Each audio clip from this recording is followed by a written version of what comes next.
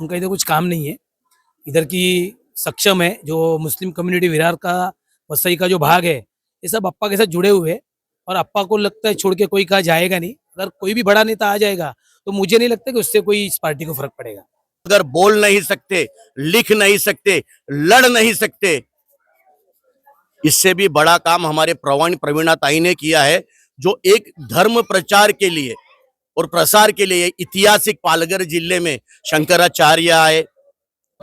नमस्कार, मी अजय वर्मा आणि आपण सगळे पाहतात थिंकिंग ऑफ यूथ, विचार युवकांची। सध्या आपण प्रभाग क्रमांक 6 कारगिल नगर तुळजा भवानी या परिसरात उपस्थित आहे। आपण बघू शकता आज रविवारचा दिवस आहे आणि या दिवशी सर्वजण घरी आराम करतात। या प्रकारे आज आरामचा दिवस असतो तरी सुद्धा इकडचे स्थानिक बहुजन विकास आघाडी पक्षाचे समाजसेवक कार्यकर्ता यांनी आज इकडे कागदपत्रे त्याच प्रकारे शासकीय कागदपत्रेचा शिबिर आयोजित केलेला आहे। आपण बघू शकता पाठीमागे इकडे स्थानिक लोकांचा गर्दी आहे। त्याच प्रकारे इकडे स्थानिक लोक आलेले आहेत, त्यांचा कागदपत्राची जी पण प्रक्रिया उरलेली आहे त्याला कंप्लीट करण्यासाठी इकडे पोहोचलेले। पॅन कार्ड झाला, वोटिंग कार्ड झाला, इतर गोष्ट आधार कार्डची गोष्ट झाली, या सर्व गोष्ट आजच्या दिवशी बहुजन विकास आघाडी या पक्षाकडनं आयोजित करण्यात आलेले। सध्या आपल्या बरोबर उपस्थित इकडचे तमाम स्थानिक कार्यकर्ते जे वेळोवेळी गेले 35 वर्षापासून बहुजन विकास आघाडी या पक्षाला काम करत आहे आणि खंबीरपणे आजही त्यांच्यासाठी उभे आहे। सध्या आपल्या बरोबर इकडचे स्थानिक त्यांच्याशी बोलायचा प्रयत्न करू। क्या कहेंगे जहीर भाई, आपके संज्ञान में ये सब अभी कार्यक्रम आपने आयोजित किया गया है, क्या कारण है आज का कार्यक्रम का? कारण कुछ नहीं, कुछ लोगों के अभी तक थोड़ा अपडेट बाकी है। Aadhaar card, voter card, PAN card, तसं महाराष्ट्र शासनाचे राज्यपत्र, असे 2-3 ऐसे जो पेपर्स लोगों के अनकम्प्लीट है, तो लोगों का हमारे पास आना हुआ कि बाबा ऐसे हमारा कुछ पेपर्स कंप्लीशन बाकी है। तो हम लोगों ने आज एक कैंप रखा है। कैंप के माध्यम से हम लोगों को जो भी उनका अपडेट बाकी है वो करने की कोशिश कर रहे हैं। पर आज ही क्यों रखा गया, इसका कुछ मूल कार्य, मुख्य कारण? कारण कुछ नहीं, आज रविवार है, छुट्टी का दिन है, संडे के दिन लोग घर पे रहते हैं। कारण यही है कि लोग घर पे मिलेंगे आराम से। इधर रखा सुबह से 10 बजे शाम को 5 बजे तक है। लोग आराम से आएंगे और अपना जो भी कुछ अपडेट है वो करके लेंगे। ऐसा रिस्पॉन्स है? रिस्पॉन्स अच्छा है क्योंकि लोगों का काम बाकी है ना। लोग क्या है, कंटल कहीं बाहर जाने के लिए। इसके लिए कैंप हर एरिया में लेना चाहिए ताकि जो लोगों का आधार कार्ड अपडेट, पैन कार्ड, ऑनलाइन जो भी काम बाकी है वो यहाँ इस माध्यम से हो जाता है। पर ये सब काम से आपको लगता है कि आने वाले समय में आपको वोट में कुछ न रूपांतरण होगा? पहली बात तो आपको बोलता हूँ, वोट का इधर और इलेक्शन से कोई मतलब नहीं है। हम लोग लोगों में 365 दिन रहते हैं, लोगों का काम करते हैं, लोगों के साथ में जुड़े हुए। एक स्थानिक इधर के जो लोग हैं, कार्यकर्ता मेरे साथ में जो लोग हमारी टीम है, ये हम लोग लोगों के साथ में मिलकर काम कर रहे हैं ताकि लोगों के जो भी छोटे मोटे काम है, जो भी उनको हेल्प लगती है, उस टाइम आके हम लोग खड़े हो जाते हैं।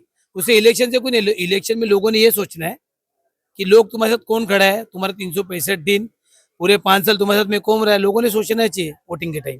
जिस प्रकार से बहुजन विकास आघाड़ी की एक ताकत मुस्लिम वर्ग भी माना जाता है, आने वाले 6 तारीख को दिसंबर के इम्तियाज जलील एएमआई के बड़े नेता माने जाते हैं, उनका इस वसई विरार नगरी में स्वागत होने वाला है।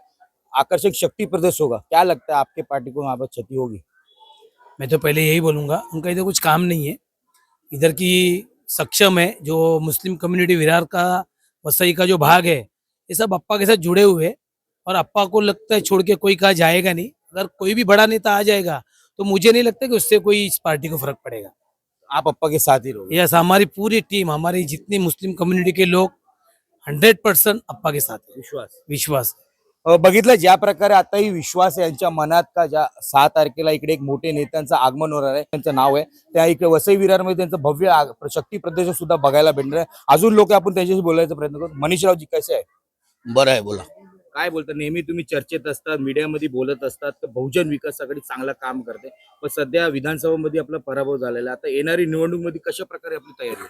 तुम्ही म्हणालात बहुजन विकास आघाडी काम करते, चर्चेत असता। आम्ही चर्चेत नसतो, एक लक्षात घ्या। आज हे आमचे मित्र आहेत, लाला आहे, जहीर आहे, यांनी हा कॅम्प लावलेला आहे। महाराष्ट्राचे राज्यपत्र आहे, इलेक्शनचं वोटिंग कार्ड आहे, यादीमधील चुकून 2 वार 3 वार आलेली नावं आहेत। या आपल्या संविधानामध्ये एका माणसाला एकदाच मतदान करायचा अधिकार आहे। दोनदा मतदान करू शकतो का कोण? पंतप्रधान जरी असले, मोदी जरी असले किंवा कोण आमदार जरी असले, ते एकदाच मतदान करणार। एखाद्याने गरीब माणसाने चोरी केली तरी त्याच्यावर त्याच कलमाचा गुन्हा, श्रीमंताने जर चोरी केली तर त्याच कलमाचा गुन्हा।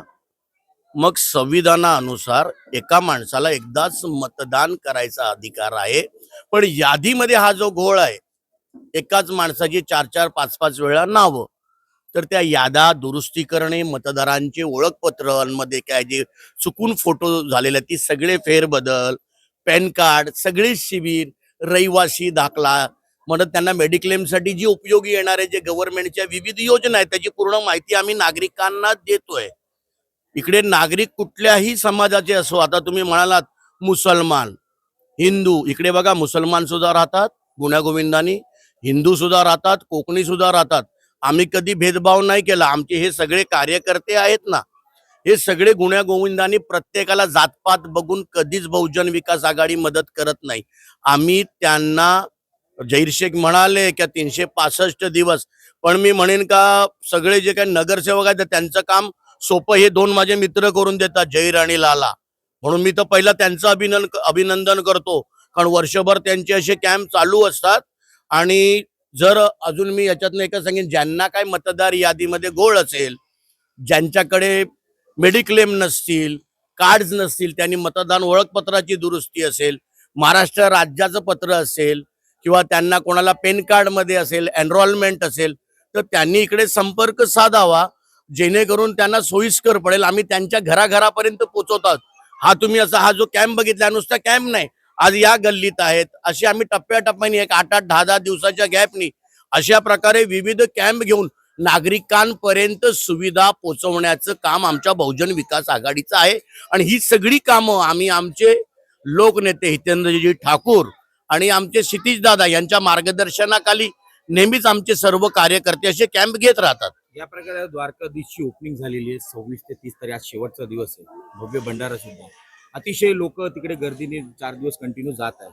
काय वाटतंय ह्याच्यानंतर हिंदू आणि सर्व मुस्लिम सर्व एकत्र परत येणाऱ्या निवडणुकीमध्ये आपल्याला बघायला भेटणार? बघा, धर्म के लिए लड़ो, लड़ नहीं सकते हैं तो बोलो, बोल नहीं सकते हो तो लिखो, लिख नहीं सकते हो तो सहाय करो.